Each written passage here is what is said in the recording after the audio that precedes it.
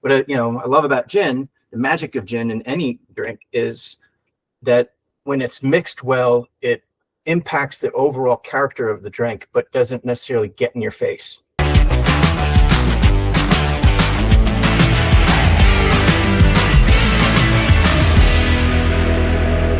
So I think this next drink, something I love about it the most is I'm gonna call it, I don't know if you've ever used these words, it's kind of a gin drink for people who aren't necessarily gin lovers. And I enjoy aromatics of gin quite a bit, but I would never probably go out of my way to order a gin drink. But this drink is an exception. So please tell us the drink itself.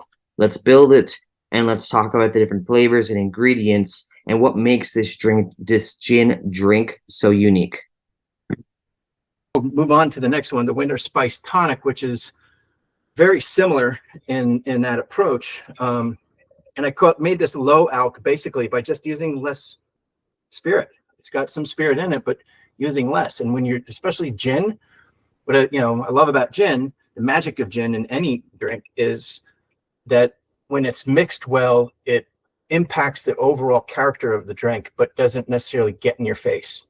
So it kind of disappears. And that's one of the things that I like to take customers that say, oh, I can't stand gin, or I don't like gin, and surprise them with a gin drink. They'll go, wow, what's that? That's a gin drink, because it doesn't taste like gin, but it's got all this magical complexity to it. So when you go lower proof, especially when you're using a classic London dry gin, which tend to be in the 90 to 96 proof range, you're already at a high proof. So if you cut it back to an ounce or so, you're not getting as much proof, but you're still getting tons of flavor, and that alcohol content in that 1 ounce that you're using has the punch to push all those flavors through whatever else you're mixing in. So I'm going to start this with,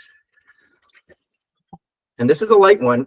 Sometimes I'd like the drink demands just a little bit of Fresh Victor, ½ ounce or an ounce. And in this case, we're going to use an ounce. And so I'm just going to put an ounce of cactus pear and pomegranate in here. And again, these drinks, these two, I'm just building. When you build a drink, it's you make the drink in the glass you're going to serve it in. So no need to have a shaker, nice and easy.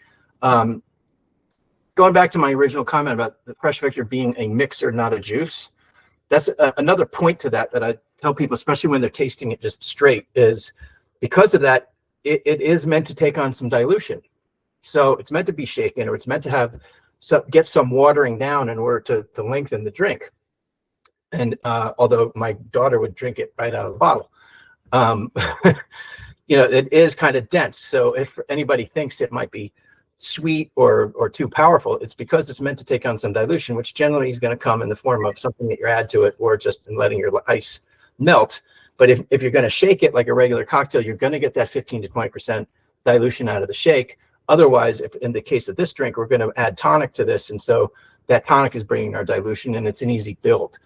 All of that said, as someone who's been in the industry for over 35 years and has owned a bar for 20, I still barely shake a drink at home, because I, like a lot of people, and I teach cocktail classes all the time. I've been doing it at Elixir for well over a decade.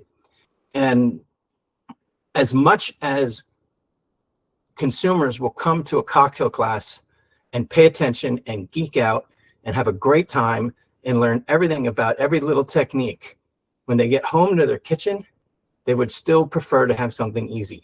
And that is a huge premise to what Fresh Victor is, and how we become popular and successful. I think that's it. Like, I won't even shake my own margarita. I'll pour tequila in a glass, and I'll top it with Mexican lime and agave, and I'll stir it with my finger, and I'll go back to the couch because it's damn good.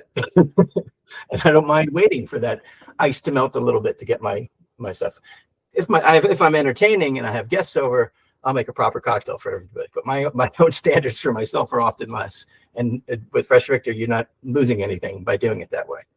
So back to this drink. I've got my 1 ounce of cactus pear and pomegranate in there. And I'm going to top that with 4 ounces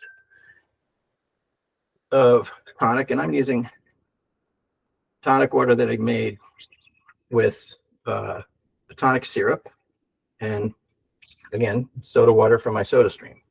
So, I mean, so if it's the Fever Tree aromatic tonic in particular, I think that's a great example of where tonic water and soda water has come as a market in and of itself.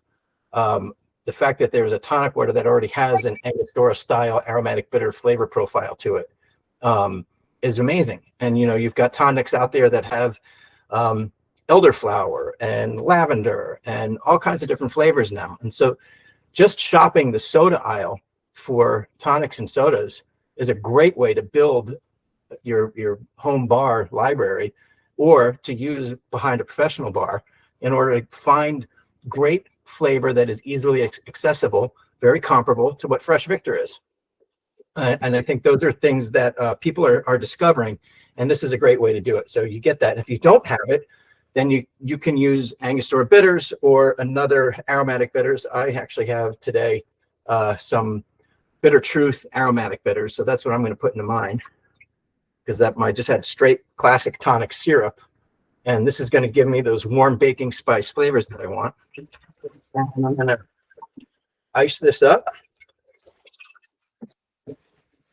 Again, plenty of ice. I'm going to get this nice. And I'm using, again, a nice big bulbous drink that has a gin and tonic style, like Spanish style gin and tonic in a big bulbous glass with lots of liquid.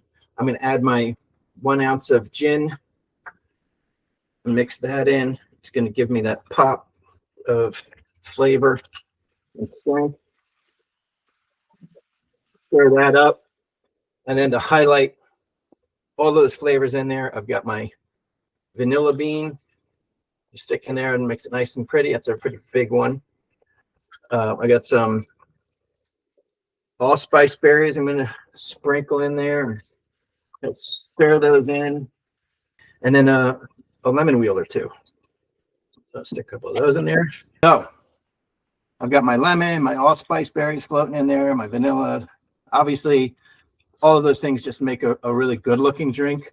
The longer it sits there, those garnishes will infuse some flavor to the drink. And if you just keep stacking your drink on top of the same glass and you leave your garnishes in there, you know, they'll soften up and they'll release a little bit more of the essential oils into your drink and flavor your drink a little more. But that's my winter spice tonic. And I you know, obviously we're a fruit juice based company, so I like adding our products into gin and tonics to create different fruity gin and tonics. They're not classics, obviously, but if you just add 1 ounce to 2 ounces of Fresh Victor and a number of different things, my go-to, one of my standard drinks at home, is just a gin and tonic with our cucumber and lime. I'll make a gin and tonic, put a splash of cucumber and lime on there, and I think it's delicious. I drink cucumber and lime and tonic water all the time as just a non-alc drink.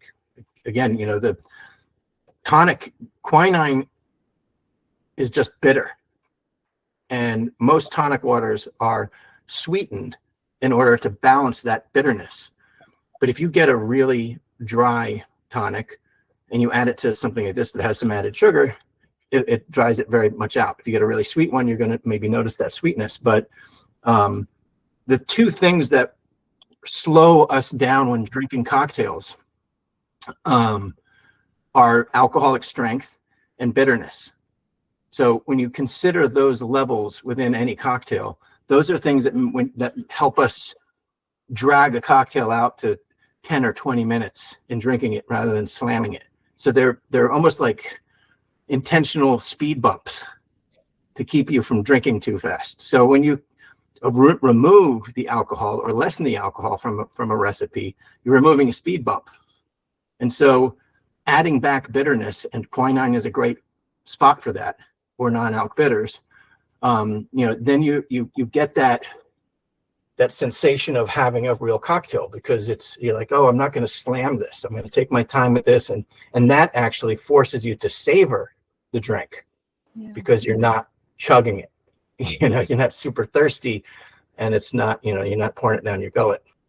All right, cheers. I hope you all have a great holiday season, and thank you all for being here with us today and joining us. We've been doing this every year for the last few years, and we'll do it again next year. Maybe we'll throw in a summer version.